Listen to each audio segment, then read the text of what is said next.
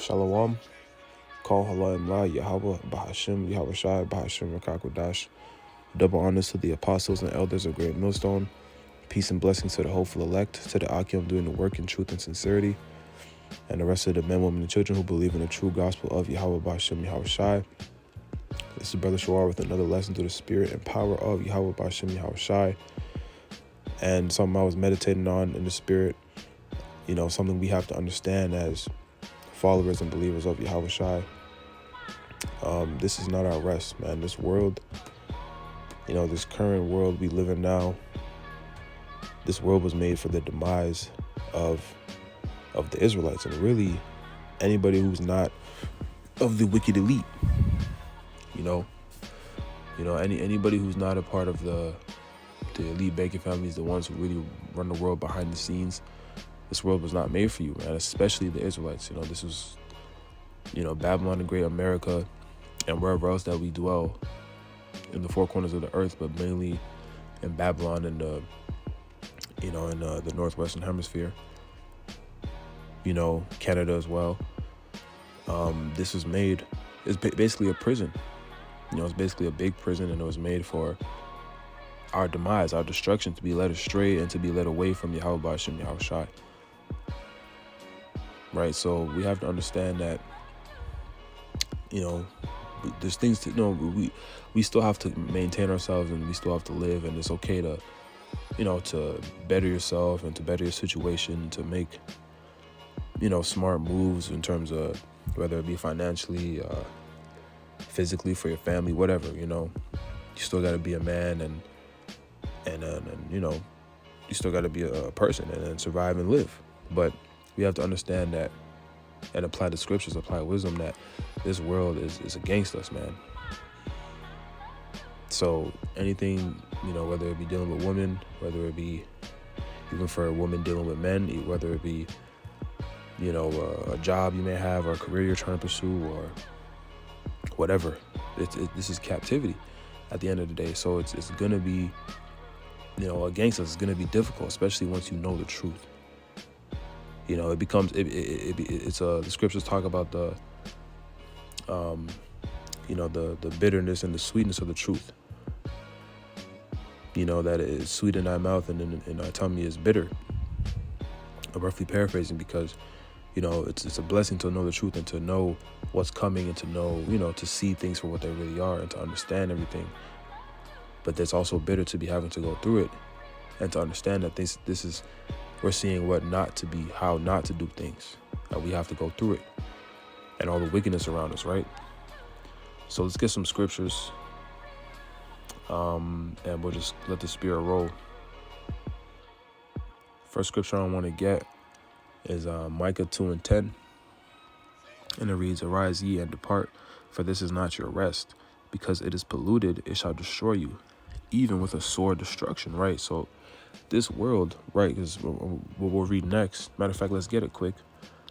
Job 9:24. It reads, "The earth is given into the hand of the wicked. He covereth the faces of the judges thereof. If not, where and who is he?" So this world is the rulership of the wicked. This world is ruled by wicked rulers. So when it says, "Arise ye and depart, for this is not your rest," it doesn't mean physically. I mean, you can physically, but that's not what it's referring to. It's referring to, spiritually, mentally, detached from this place.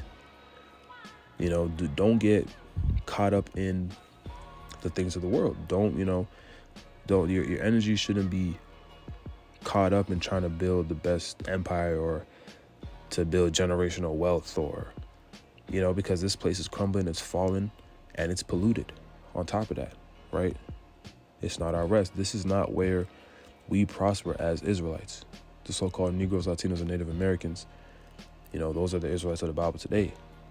I forgot to mention that earlier, but I mean, those who are in the know, as well as the Israelite foreigners that are scattered amongst the other nations that may look like the other nations, because it's not only about the skin color, it's about the spirit, the lineage, right?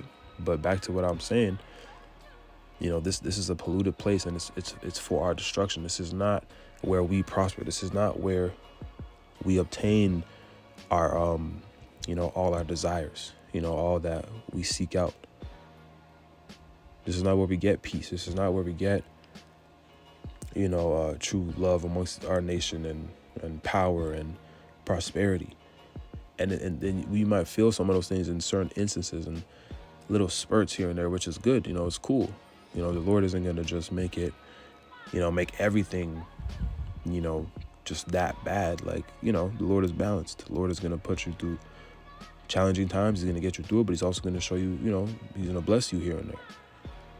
But this is something we have to understand, because a lot of Israelites, especially those who know the truth, even those in the world, they crash out. They lose themselves because of things not going right for them in the world. And again, we're in the flesh. You're gonna react to certain things and have these emotions, but it's about, being able to get back on track spiritually with Yahweh B'Shem Yahushai and understanding these things, applying this wisdom and knowledge, right? That goes to Isaiah 33:6. Wisdom and knowledge shall be the stability of thy times. And then that's a manifold scripture, because it's really dealing with in the, very last days of Jacob's trouble, when all hell is breaking loose and everybody's all over the place. And the men of the Lord are, sound in the spirit and walking by faith, letting the Lord guide them and being protected by the Lord. But it can also apply with everyday life, right? The wisdom of the scriptures helps you be stable, helps you balance yourself with all the BS that we go through, because this world is some bullshit. Like, any way you look at it, it's some BS. Esau has set it up, the so-called white man set it up to, again, it's for our destruction. And it's for everybody. It's aimed at the Israelites, but now it's everyone can see that it's like that for everyone.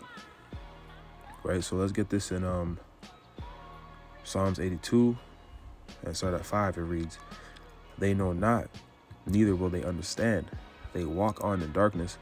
All the foundations of the earth are out of course. I have said, ye are gods, and all of you are children of the Most High, but ye shall die like men and fall like one of the princes. Arise, O God, judge the earth, for thou shalt inherit all nations." And that's what the elect of the nations of Israel is going to get in the future, in the kingdom, right? Which the Lord is coming to establish here on planet Earth.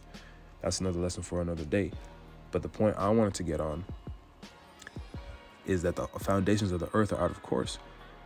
So all the ways that the Lord, and you see certain things come back in the spirit, because certain things is nature and biology, and you can't, you can only go away from it so far. But for the most part, you see the foundations of the earth has been tainted, it's out of course.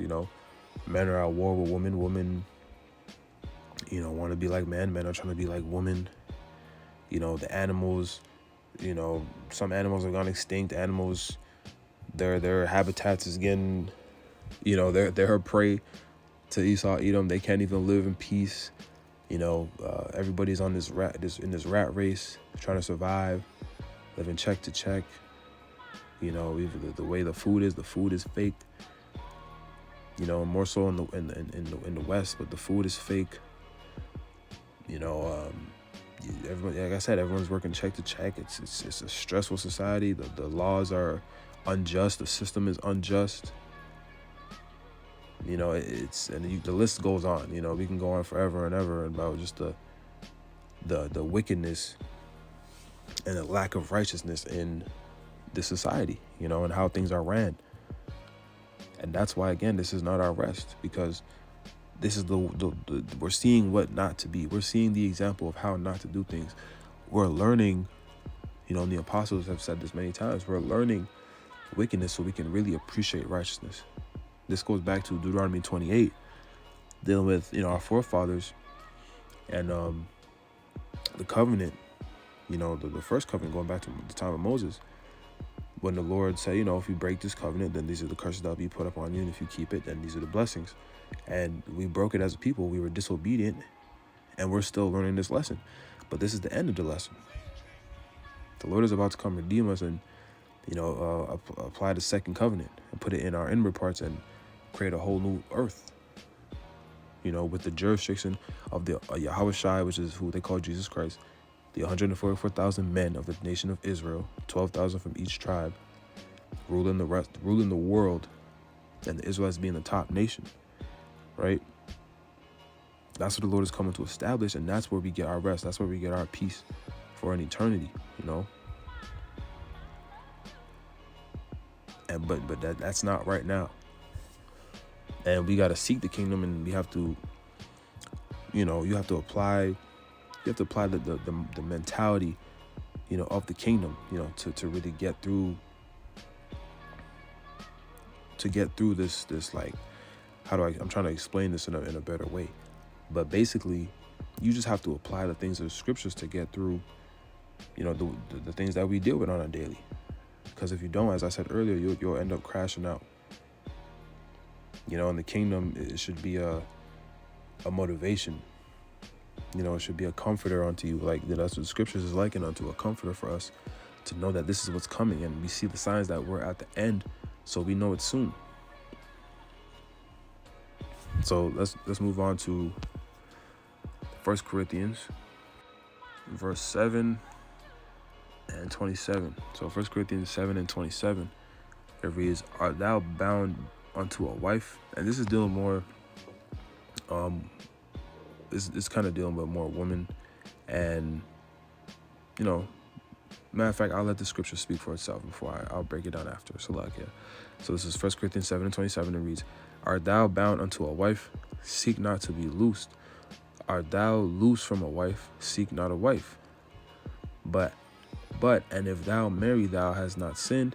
And if a virgin marry, she have not sinned. Nevertheless, such shall have trouble in the flesh, but I spare you. But this I say, brethren, this time is short. It remaineth that both they that have wives be as though they had none, and they that weep as though they wept not, and they that rejoice as though they rejoice not, and they that buy as though they possess not, and they that use this world as not abusing it, for the fashion of this world passeth away," right? So again, dealing with the aspect of women is, we know, shit, your woman's not really yours in this world, you know. 99% of men never had a virgin, so it's not your real woman. You know, realistically, in the eyes of the Lord, how the Lord set things up, right? And, you know, women are off. They're, you know, we know women are wicked, man. Naturally, they're wicked because, you know, their nature is just to take, you know, to be engulfed in their emotions. And it's basically telling us here, you know, you really, in the gospel and the truth, man, you're better off being alone, to be honest. But obviously, you know, it's natural to want a woman. But if you have one, you know, you should be as if you didn't have any. You know, you should be as if you didn't have one. That's how you should be moving. And that was the advice the Apostle Paul was given, right? But again, if, you know, if that's the route you want to go, then there's nothing wrong with that. But that's a part of this not being our rest, is that, you know, everything is work, man. Everything is something you have to adjust to in the flesh and in your spirit, because everything is just not right. You know, relationships being included.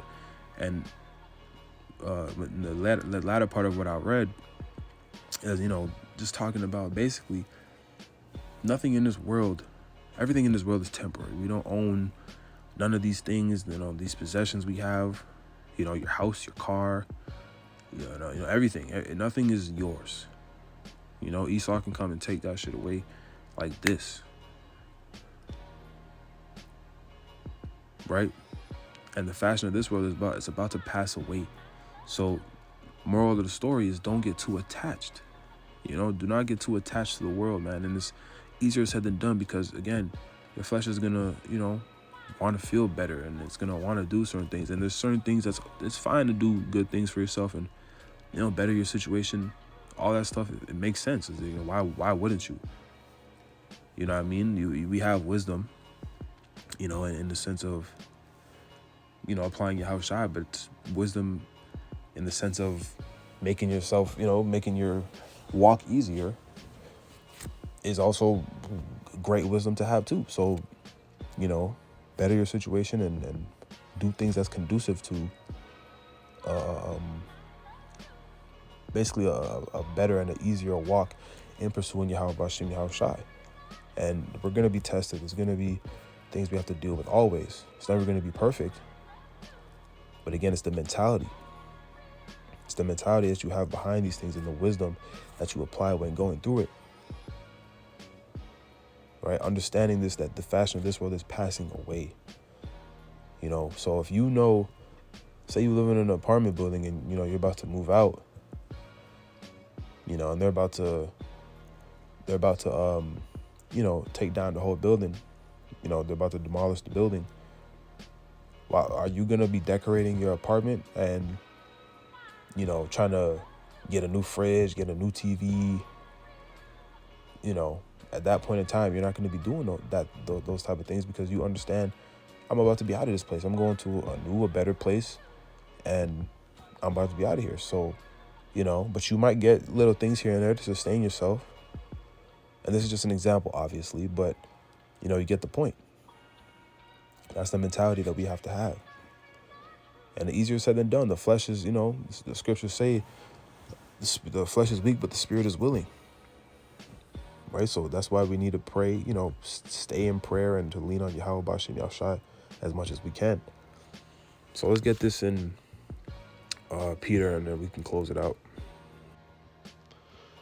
And again, man, this, like I said, Esau, who was basically our sworn enemy, you know, the so-called white man, is against us. He's against the Israelites. You so-called Negros, Latinos, and Native Americans. His spirit, going back to Genesis, is literally made. I don't want to say made, but it's naturally just spiritually against you. So he hates you, man. He shows it in his actions, his policies, and how he treats us. Right? The history is very, very, very telling. Even to this day, it's the same thing.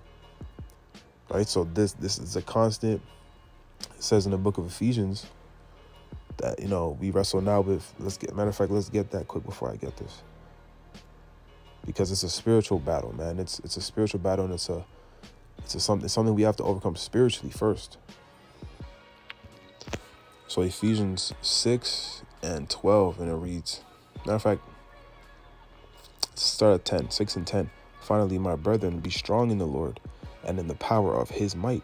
Put on the whole armor of God, that ye may be able to stand against the wiles of the devil. And how do you do that? You know, you get into the scriptures and you be baptized in the mind, right? You grow in the truth and in the knowledge and wisdom and understanding of the Lord, right? And you grow your faith. Verse 12. For we wrestle not against flesh and blood, but against principalities, against powers, against the rulers of darkness of this world, against spiritual wickedness in high places. And that's what we're dealing with, man. These devils, you know, they have put out so many different enchantments, and, you know, with their crafty counsel to oppress the Israelites, oppress the people, to keep us down, man. Through music, like I said, through their laws, their policies, you know, the food, so many things, man. The air, everything is against us. So let's go back to 1 Peter 5 and start at 5 and 6.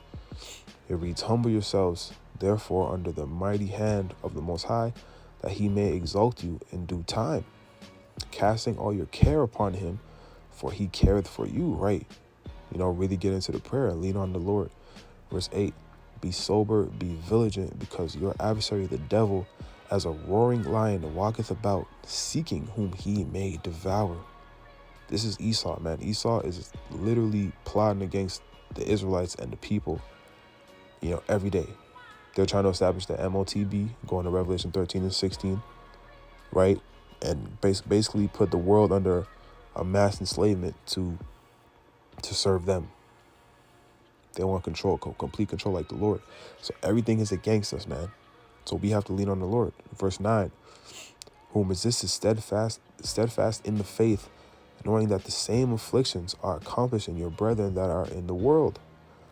But the Lord of all grace, who have called us unto his eternal glory by Hamashiach Yahushai, after that ye have suffered a while, make you perfect, establish, strengthen, settle you. So the Lord is going to, we're going through a purifying process of becoming perfect beings, what the Lord is going to do for us. But it's a process. We're learning something, right? So all these things we go through, at the end of the day, it's going to be worth it. But these are just, this is just what it is right now. And this is what we have to go through, man. So this is just, again, a lesson, something that was on my mind, on my spirit. That's something I think you just you always need to come back to and think about in the spirit and read about in the scriptures. Because, the flesh can get to you a lot of times. So, Lord willing, this was edifying. I want to give all praises, honor, and glory to Yahweh, Ba'ashim, Yahushai, Ba'ashim, Rakakodash, Shalom, Kwam, Yasharala, and a Bible Ball.